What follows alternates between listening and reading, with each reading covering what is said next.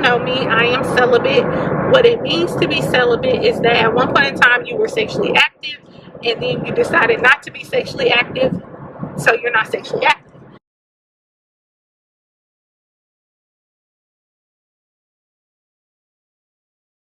I got melanin.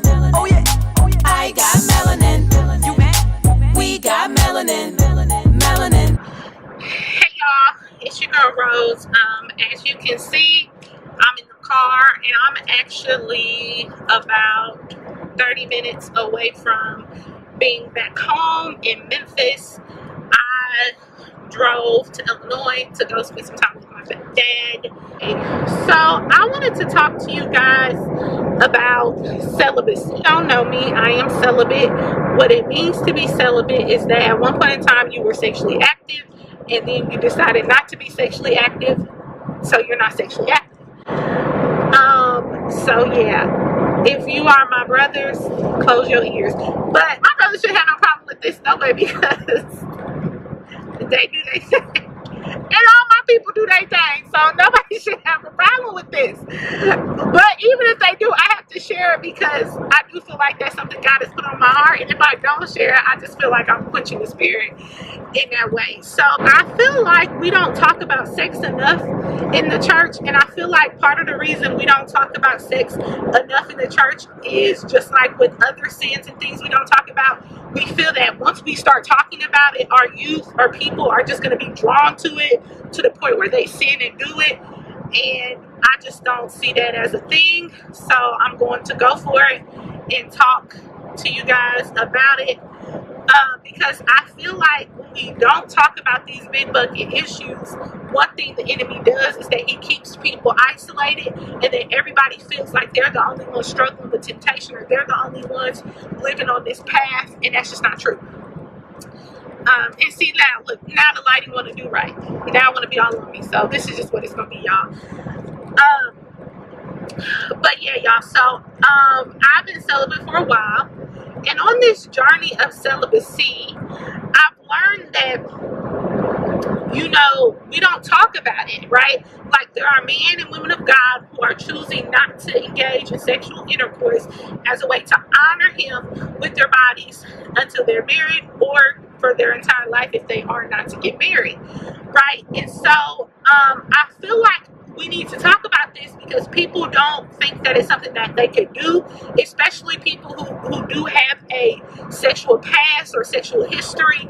They feel like once they try to live a celibate lifestyle, it's so difficult, because they feel like nobody else is doing it. They just give in and go back to honoring their flesh by way of having sex. And I guess I first want to start off by saying sex is not the worst sin of all sins. Of course, like we have to remember, God sees no hierarchy of sin, so all sin is sin. So let's not condemn people who have engaged in sex, or even who are currently sexually active and wanting to flee from that temptation but just don't know how. Like, let's not condemn people for that, because that's another thing. Like, again, people don't bring up their struggles because they're so used to being condemned and shamed by the people of God that they just don't bring it up. Again, that's not me. I'm walking in the freedom of a life that's no bondage to shame. And so I want to share this with you guys, because as I started to process, I'm like, if my life is so free, if I'm so free from guilt and so free from shame, how could I not share this? The first time I had sex, I wasn't a believer. I didn't think, I thought that that's what you did. Sorry, y'all. I thought that that's what you did when you were in love with somebody. I thought that that was a way for you to show your love to somebody. And so I did. And I want to say that with that, if that's your story, like, just know that you're not alone in that. I also had curiosity about sex, and I wasn't talking about sex with my siblings or anyone like that, so I didn't know if I could ask them about sex, and maybe that would have stopped me from doing it. I knew I didn't want to get pregnant. I knew that, but other than that, my sexual desires have been awakened, right? Like, and I thought I was in love with the boy, and there you have it. So over the years of processing that as a believer, I see so much how strong of a soul tie I had, like how harmful sex before marriage can be, because again, I thought that was love and that wasn't. And what I've learned is that if a man loves me, and a man can love me, and a man wants to honor me, he will do everything he can to protect my purity. And I want to say that too, like if you're somebody who's like me, who has had sex before, like don't think God can't redeem you, because God has redeemed me. I am his daughter. I am beloved. I am holy. I am righteous, and that's because he said I am, right? So there is no shame, there is no filth, there is no guilt upon me. And so I think that's another thing I want to say. Like, I don't know about y'all, but for me, I was like, okay, so if I ever get married, am I gonna walk in a white dress? And let me tell y'all something, you best believe I'm gonna walk in a white dress or whatever color dress I want to walk in, because God has redeemed me. God has cleaned me. I don't have to wear a ivory dress just because I wasn't a virgin when I got married, right? Like, let's be honest with these things. And if somebody can show me in scripture where it says I can't wear a white dress because I'm not a virgin, maybe gotta change my mind. But if I ain't seen it in scripture yet, you guys said that I ain't seen it in scripture yet, so it's not something I'm holding myself to.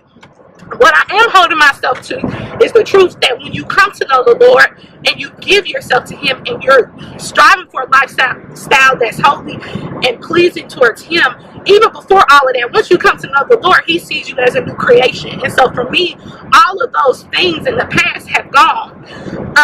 But it does take some work, I will say, because that's another thing we don't talk about, like how to break a soul tie. I feel like the only way to break a soul tie is to give your soul over to the Lord. Like, and what I mean by that is I have to be very mindful of what I watch. I have to be very mindful of what I listen to. I have to watch how I interact with men I'm attracted to. And I mean that anybody who spends time around me knows how I am. My friends will tell you, like, Rose watches how she moves because she knows what's in her flesh, especially if I think a man is attractive. And so I would say too, part of that, the pre-process of being celibate is deciding to do it, and then you gotta have a game plan to keep yourself within the boundaries of celibacy, right? So I will say, if you were in a relationship where you were sexually active with that person and you're still in a relationship, you want to have the conversation with them that you no longer are going to gratify your flesh in that way. If they can't respect that, if that makes them upset, if they don't want to do celibacy, then you don't need to be in a relationship with them, because at this point, you're doing what you need to do for your relationship with God. And any man, any woman that can't respect that, or is so selfish that they can't get over whatever sexual desires they have, you don't want to be with them. So for anybody who's going to get mad at me for saying that, oh well, I hope you get out of that relationship if that person doesn't support you in that. So I will say that you got to have your boundaries. You have to you got to put things in place that won't allow you to gratify that. I know for me, for a long time, I could see myself engaging in sex with that person. Like, I could see it, and that's when I really had to start asking God to renew my mind and really start changing the things that I put in front of me. Because, you know, typically I would be triggered to think about having sex with them when something was on TV and somebody was having sex. Do you get what I'm saying? So I had to start to set up those boundaries so I wasn't putting myself at risk to gratify my flesh mentally, which will open me to gratify my flesh physically. So I'll say that if you're somebody just starting this journey, or if you're on the journey, like, you got to be mindful of what you're watching, what you're seeing, what you're hearing, whatever the case may be, because that could open up desires for you mentally that make you want to act physically. I will also say something interesting. Like, I feel like people are always like, sex is so good, sex is so great. What benefit would it be not to have sex? Well, I have so many benefits. One, if a guy is interested in me, off top, I let them know that, one, I believe in the Lord. My greatest relationship is the one that I have with Christ. And at this point in my life, I don't have any room to compromise that relationship to be in relationship with anyone else. So I'm not willing to risk my relationship with Christ, my spiritual growth, to be in a relationship with anyone.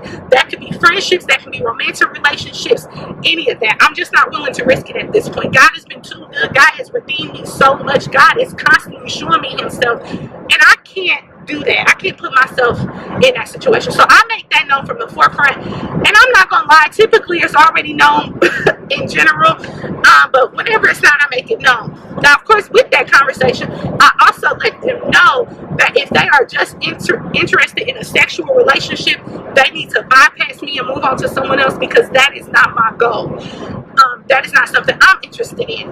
Now, the reason why I say that it's a benefit, because off top, I can tell if a man was just interested in me to have sex with me, or for physical attraction, or if a man was genuinely willing to get to know me. Because what I've learned, men who really want to get to know you aren't shaken by that. Especially, and for me, I only want to date a man that knows the Lord. I'm not interested in dating a non-believer. And so, especially if they say they know the Lord, if it throws them off that you don't want to have sex with them, you need to run, because they're not yielding to the Lord in their life, and they're definitely not going to help you yield to the Lord in your own. So I feel like when you tell a man you are celibate, it gives you the opportunity to see and discern if what their true intentions are with you, or what they really want from you. And if it's sex, you save yourself a whole lot of trouble, because you kill it before it even starts. If you're me, I kill it before it even starts.